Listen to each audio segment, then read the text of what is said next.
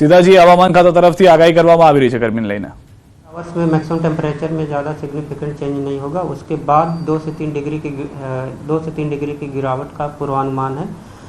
और ओवरऑल हम maximum temperature realise की बात करेंगे तो अहमदाबाद में 39.7 और गांधीनगर में 39.2 degree Celsius maximum temperature realise हुआ है।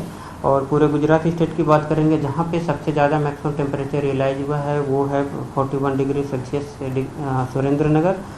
और अहमदाबाद और गांधीनगर के लिए मैक्सिमम टेम्परेचर की फोरकास्ट की बात करेंगे तो 40 डिग्री सेल्सियस के अहमदाबाद और गांधीनगर के लिए 39 डिग्री सेल्सियस के आसपास रहने का मैक्सिमम टेम्परेचर का पूर्वानुमान है। और डिस्कम्फर्ट कंडीशन की बात करेंगे तो पूरे गुजरात स्टेट के जो कोस्टल एरियाज हैं उसमें डिस्कम्फर्ट कंडीशन आने वाले 2 दिनों में बनी रहेगी। और विंड डायरेक्शन की बात करेंगे तो जो गुजरात के लैंड रीजन पे विंड की जो डायरेक्शन प्रिवेल करेगी वो north westerly to northerly wind prevail करेगी। सर अहमदाबाद का तापमान क्या रहेगा? अहमदाबाद के लिए आज जो मैक्सिमम टेम्परेचर का पूर्वानुमान है वो 40 डिग्री के सेल्सियस के आसपास रहने का पूर्वानुमान है। और गांधीनगर के लिए 39 डिग्री सेल्सियस के आसपास रहने का पूर्वानुमान है। 2 दिन के बाद जो फॉल होगा टेम्परेचर में, क्या रीज़न है? अभी एक वेस्टर्न डिस्टर्बेंस अप्रोच कर रहा है नॉर्दर्न पार्ट ऑफ इंडिया को, जिसके कारण जो मैक्सिमम टेम्परेचर है गुजरात स्टेट में वो आने वाले 24 आवर्स में नो लार्ज चेंज में रहेगा। उसके बाद 2 से 3 डिग्री सेल्सियस के गिरावट का पूर्वानुमान है। Okay, thank you.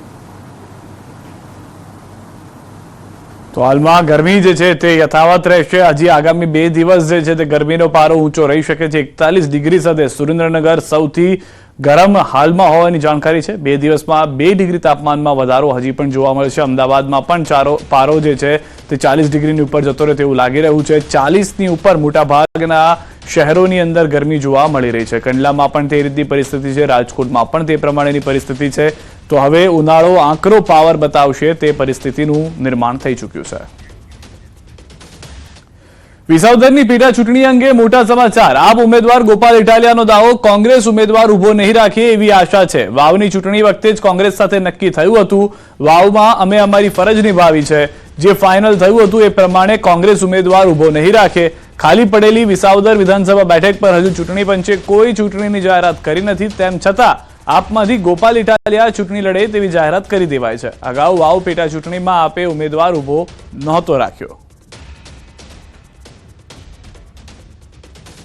આમ આદમી પાર્ટી અને કોંગ્રેસ વચ્ચે નક્કી થયેલું, બેઠક થયેલી, ફાઇનલ થયેલું કે વાવ વિધાનસભાની ચૂંટણી કોંગ્રેસ લડશે, તે આમ આદમી પાર્ટીની ઉમેદવાર રાખે અને વિસાવદરની ચૂંટણી જ્યારે આવશે ત્યારે આમ આદમી પાર્ટી લડશે, કોંગ્રેસ ઉમેદવાર ઊભો નહીં રાખે। આવી વાત એ સમયે થયેલી અને અમારી વચ્ચે જે કાંઈ ડિસ્કશન ને ફાઇનલ થયેલું કોંગ્રેસ ને આમ આદમી પાર્ટી વચ્ચે એ પ્રમાણે અમે અમારી ફરજ નિભાવી છે। અમે વાવની ચૂંટણીમાં કોઈ ઉમેદવાર ઊભો રાખ્યો ન હતો। એટલે અમને આશા છે, વિશ્વાસ છે કે જે વાત અમારી પહેલા ફાઇનલ થઈ ચૂકી છે કોંગ્રેસ સાથે એ પ્રમાણે વિસાવદરમાં કોંગ્રેસ ઉમેદવાર ઊભો નહીં રાખે। છેલ્લા 8 દિવસથી આરોગ્ય કેન્દ્રના કર્મચારીઓ હડતાલ પર ઉતર્યા છે। અરવલ્લી જિલ્લાના આરોગ્ય કર્મીઓ પણ હડતાલ પર છે। ત્યારે ન્યૂઝ 18ની ટીમ ધનસુરાના પ્રાથમિક આરોગ્ય કેન્દ્ર ખાતે પહોંચી જેની સ્થિતિ જાણવા પ્રયત્ન કર્યો। ત્યાં કર્મીઓ હડતાલ પર ઉતરી જતા વેક્સિન સહિતની કામગીરી અટવાઈ છે। તો આરોગ્યની સેવાઓમાં પણ ઉણપ ન આવે તે માટે હંગામી કર્મીઓને મૂકવામાં આવ્યા છે।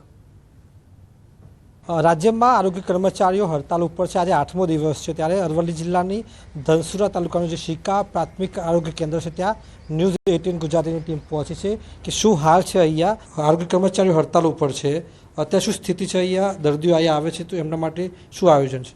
ઓકે, અહીંયા આરોગ્ય કર્મચારી હડતાલ પર છે પણ અમારે અહીંયા NHM સ્ટાફ બધું સ્ટાફ હાજર છે।